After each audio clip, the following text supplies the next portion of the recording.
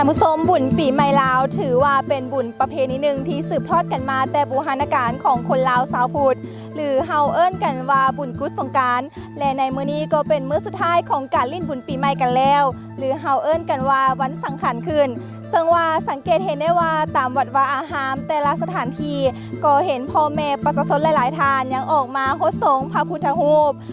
อวยพรซึ่งกันและกันผูกคอต่อแขนเพื่อความเป็นสิริมงคลแล้วว่าในมื้อนี้ในวัดเนรมิตธาตุฝุ่นภาพบรรยากาศจะเป็นแนวใดนั้นเฮาไปติดตามรับชมพร้อมกันสบายดีปีใหม่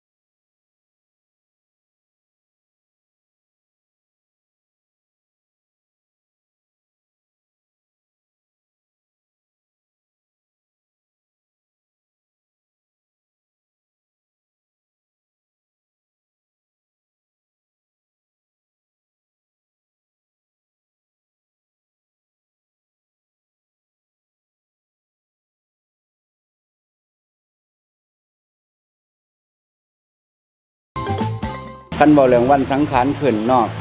ก็คือวันหนึ่งเอิ่นว่าวันสังขารขึ้นคือเป็นวันที่เป็นการสรุปร่วมระหว่างการสังขารหลวงแหละก็เป็นมือวันเน่าเฮากะสำหรับปีนี้เฮามีวันเดียวก็คือว่าเน่ามือเดียวถ้าเน่ามือเดียวเนี่ยคันสังขารขึ้นตามขนบธรรมเนียมประเพณีหันบามือวันสังขารขึ้นนี่พวกเฮาคนลาวชาวพุทธมันต้องเป็นการผสมผสานกับคัมภีร์พราหมณ์ว่าต้องบาสีสู่ขวัญผูกแขนครูบาอาจารย์พระเจ้าประสงค์องค์เน้นและพร้อมเดียวกันนั้นเพื่อความสมานสมัคคีกับศรัทธาญาติโยมกับครูบาอาจารย์ก็อาจจะได้ผูกแขนมัดคอต่อแขนให้ศรัทธาญาติโยมเช่นเดียวกันต่างคนก็ต่างอำนวยใจให้พรให้กันในกันในประเพณีปีใหม่โดยเฉพาะวันเอิ่นว่าวันสังขารขึ้นเพราะว่าเมื่อวันที่14สังขารหลวง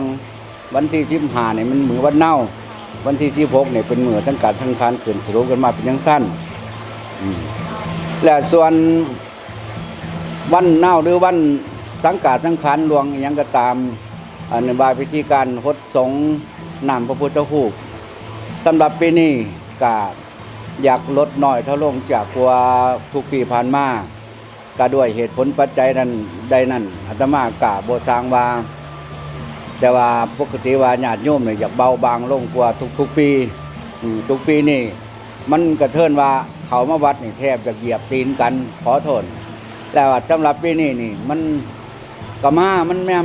มันบ่ปกติแบบมาคุมแต่3-4 คน5 คนยังไปประมาณนี้แล้วก็แยกย้ายกันไปมันบ่ขับข้าหนาแน่นคือจังผู้ปีผ่านมาแล้วครูบาอาจารย์สังเกตตามเบิ่งนี่ก็ญาติโยมที่เขามาเนี่ยก็บ่เท่าที่ควรแต่ว่าจังได๋ก็ตามปีเก่าผ่านไปปีใหม่ผ่านมาขอให้ศรัทธาญาติโยมหรือว่าชาวพุทธลาวทุกทั่วหน้าแต่เหนือตลอดใต้อาตมาภาพขอต่างในนามคณะสงฆ์วัดพระธาตุผู้ส่วงเขตมีธาตุบุญนี้ขออำนวยใส่ให้พรแก่บรรดาศรัทธาญาติโยมพ่อแม่หรือการจะตั้งผู้นำพรรครัฐปีใหม่เดือนในมาเนี่ยขอให้พวกท่านทั้งหลายเหล่านั้นจงประสบแต่ความสุขความเจริญอยู่ดีมีสุขปราศจากโรคภัยไข้เจ็บคิดสิ่งหนึ่งประการใดที่เป็นไปได้สอบประกอบด้วยธรรมและก็ถูกต้องตามกฎหมายขอให้สิ่งดังกล่าวที่พวกท่านทั้งหลายคิดนั้นจงเป็นผลสำเร็จดังความนึกความคิดความปรารถนาทุกท่านทุกคนทุกตนนั้นด้วยขอขอบใจวันนี้เลิกงามยามดีวันนี้เลิกงามยามดีเฮามาสบายดีปีใหม่